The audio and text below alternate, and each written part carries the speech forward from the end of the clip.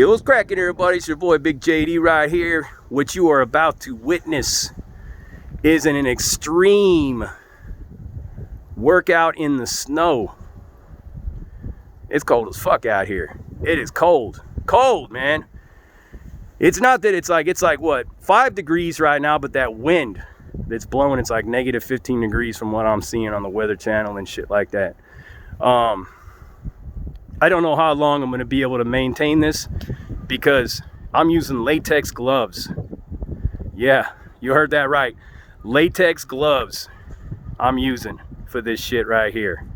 And yeah, it's crazy, man, because those gloves are not made to prevent any kind of frostbite. They're not meant to prevent any kind of like hypothermia or anything like that. They're surgical gloves, man. They're meant to protect you from, you know, toxins and contaminants and all that stuff. They're not meant to protect you from the elements like snow. I tried to find gloves suited for this. I drove all over town yesterday. I couldn't find nothing because everybody took everything, every thermal, every fucking... I couldn't even find a face guard. I'm using this thing right here. You know what I'm saying? I'm using this right here. So we're gonna get it, man. Latex gloves. I'll probably only last about maybe 15 fucking burpees tops. So my hands are already experiencing a little bit of almost like frostbite just from the couple seconds that they're out, because I got to take my glove off just to mess with the phone. So I'm going to warm them up real fast in here like such. And you want to ball them up into fists and kind of like pulsate them like you're pulsating a heart to keep the blood flowing and to warm them back up and to keep your joints from locking up, because that's very important. Once your joints and shit start locking up, this right here could be a horrible experience. You know what I'm saying? So I think I'm ready to go. There'll be a lot more. The benefit, the good thing about it, the positive, is that there's actually a lot more rest periods when you're working out in this kind of condition, because, I mean, let's face it, we're only human, right? And I don't care what kind of a monster or badass you think you are, working out in this kind of shit, it's pretty fucking intense. Like, I can't even feel my thumb just from the few seconds I took my glove off to trip on that phone. All right. So I think I'm ready to go. So, you know, you already got, you're winding up, get your little bit of running in place, keep your fists balled up. If your thumbs are the coldest, keep them locked in like this for a few minutes. Let the internal of your palm warm up your hands, because it's freezing. Like the wind that's blowing, it's like negative degrees. Bam! Bam! Rapid fires. Bam! Bam! That's 5. That's 5. Remember, I said because it's cold, your heartbeat is going faster than normal. So you got to kind of like let your body get used to the climate. Get used to the environment. Just move around a little bit. Constantly keep your hands warm. Keep them close to your body, because your body, with all the thermals and everything you got on, is providing that heat.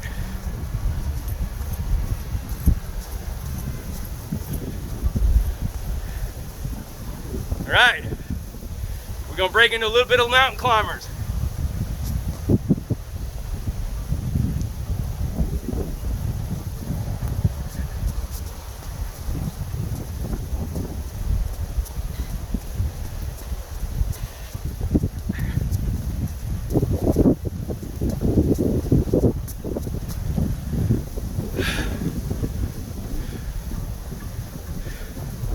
That's that.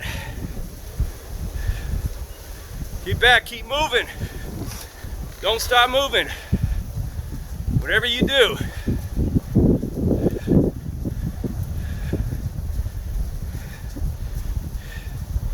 you gotta let your hands unfreeze again.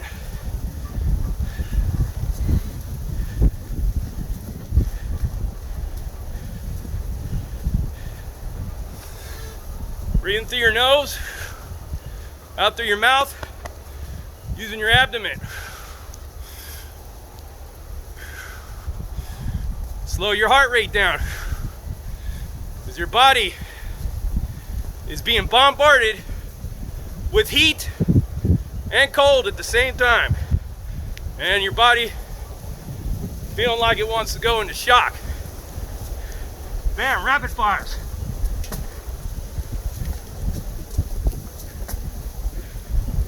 Five of them.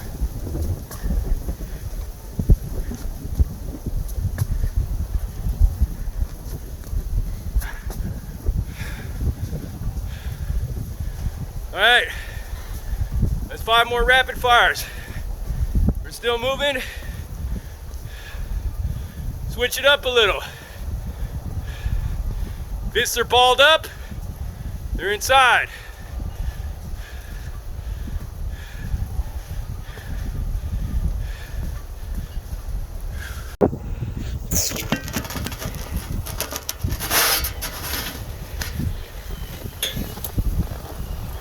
All right, here we go. 1, 2, 3. Your heart rate is gonna go really fast because it's freezing and you're about a mile and some change high.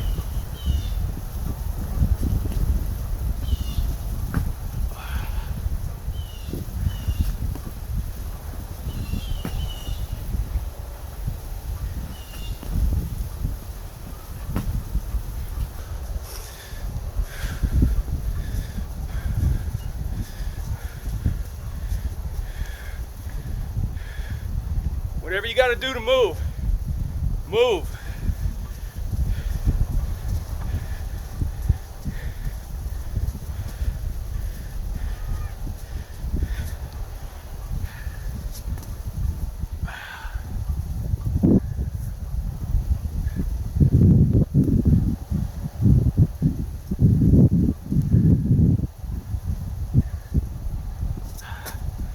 All right. See what I'm saying? It's cold as a motherfucker out here. I just completed a snowplow burpee, or rapid fires in the snow. It's negative degrees out here. It's fucking snowing something vicious. The wind is blowing hard as hell. Unfortunately for me, I couldn't complete the entire sequence, because of a lack of gloves. I put on some little flimsy, what do you call them gloves, man? Them latex gloves that like cops and shit and nurses and, you know, people use, that I got from my job. Because of COVID, they're readily available. I went to try to find, you know, frostbite preventing, that hypothermia type of gloves that you would normally use in this kind of weather, that you could get in the federal prison system. You know what I mean? But I couldn't get any of them. Everybody fucking bought everything that there is. Thermals, gloves, beanies, space heaters, you name it. They were gone. All the water, the toilet paper, the paper towels and everything like that, everything was gone. So I went out there and I did what I could. I finished off my workout in the house, so I ain't gonna lie. But I gotta tell you that no matter who you are, when your hands are hitting into that snow or hitting onto that yoga mat, I was using a yoga mat, when your hands are hitting into there constantly, I mean, my hands just completely locked up like this. They locked up. I had to cut out the video and I had to go into my house and stick them under ice cold water. Because most of the time, them workouts, we try to go out there on the federal yard, we try to go out there for as long as we can, but eventually they'll shut the outside rec off. They'll shut it down because of the temperature. So we'll try to get it in as best we can, because we're going for that extreme, that hot cold factor. right? We're trying to like bombard our body with the extreme, because that's what toughens you up. And then when we go inside the gym, it's usually packed inside of there, and the body heat and the steam and everything like that gives you a really good sweat. And the fact that, you know, it's really good for the heart that's, you know, was bumping and bumping in that cold weather, you know, and you're always taking in a lot of room temperature water, not cold, not hot, but room temperature water, right? At least 8-ounce glasses the night before you go out and do that, and about 3 or 4 8-ounce glasses directly before you actually start this workout, because that water is like lubricating your joints, and it's basically providing like a warming, calming effect when you get out there, because it could get a little bit of a panic, you know, once you've been out there for a little while and you're just getting it starts to get a little scary, man. When your hands lock up, your knees lock up, it's almost like you can't move. I mean, when I was coming back to my house, because I'm not used to this kind of shit. I didn't grow up all my life in this kind of like weather right here, man. I didn't grow up my whole life in this. I'm California boy, Southern California. The only time we ever saw snow is when we went to Santa's Village up in the San Bernardino Mountains. That's the only time we ever seen snow. So for a California boy like me, especially like, even though I was out there in Colorado for almost 5 years, 1.5 miles high up in those mountains up there, doing them workouts, it never got easier. I mean, I honestly believe that you need to like grow up in this kind of environment for like a decade or more in order to fully, like, your body to fully understand it and to basically be programmed to deal with these conditions, like evolve to adapt to the environment. I don't know, man. It's probably gonna be a few more years before I can actually evolve to this, but you know, and I know some of yous out there like in Minnesota, in Canada, are laughing at me right now, but let me tell you, man, I'm a California boy, man. I'm used to the beaches. I'm used to the sunny weather. My boy that's out there told me it's like 78 degrees right now. Imagine that, right? And here I am. Look at this shit. Huh? Look at that. Yeah. I was cracking, everybody. I am in my little home gym. This is my little home gym right here. You can see I got all my plates over there, my ab wheels and shit, jump ropes, bench and everything set up right there. I usually do my yoga stretches and everything right here. I will usually meditate right about here. I'll have the light off. Just a little bit of light creeping out of the ghetto fabulous sheet that covers the window right there. I don't really need to do a whole lot of cardio. And you know, even though I got all these right here and everything like that, I don't really need to concern myself too much with that because of the kind of work that I do. I'm always stretching, lifting, pulling, stretching, lifting, pulling, reaching, lifting, pulling, reaching, pulling in, squatting it down, all that shit, all night long with what I do in my job. So, for being a 47 or almost 47-year-old man, I'm in pretty damn good shape. But what I always like to do, and I love to do this, guys, this is like, let me get this out of here. Gotta get that toad out of my way, kick these things over, because it's usually pretty difficult to swing this rope when I got this bench right here, and then I got all this debris hanging out over here. This is a speed rope, you know, as you know.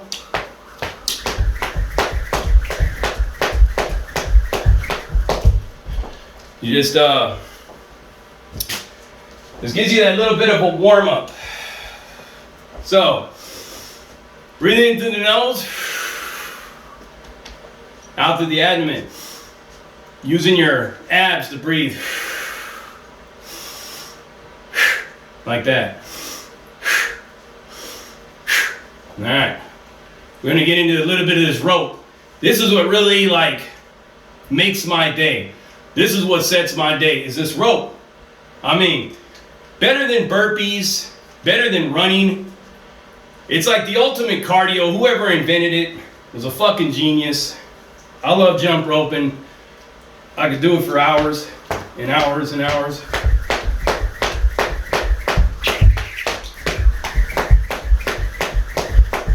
It's good for your hand-eye coordination. It's good for your heart rate. Well, I told you I can't really swing it in here because it's not really enough room. All right, let's keep the rope-a-thon going, shall we? You know, the lack of space and room in here is really a factor. Watch, see if you can hear this. That's hitting the ceiling.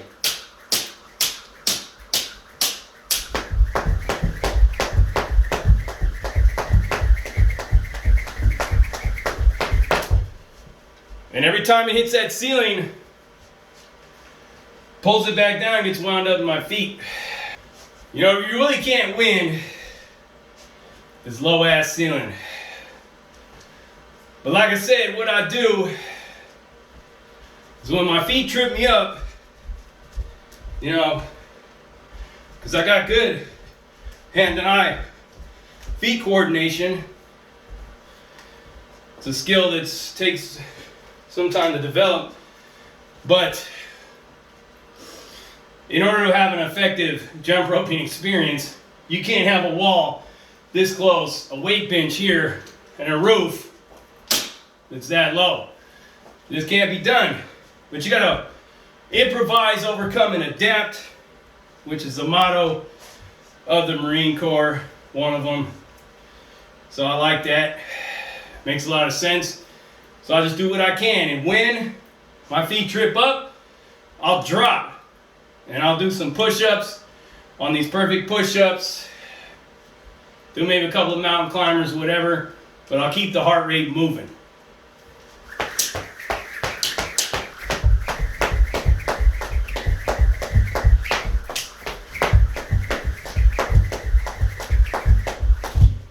Bam.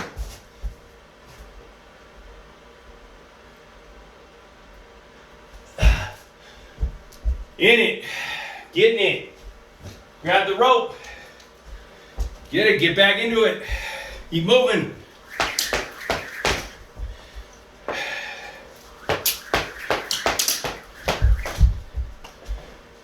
See what I'm saying? Need some money with the perfect push-ups.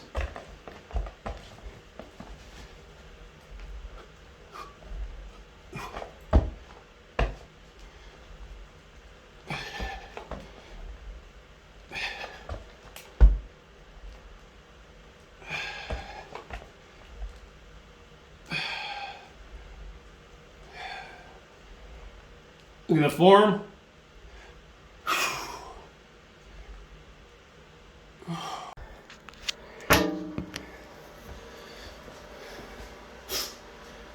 You know, and in the end, watch.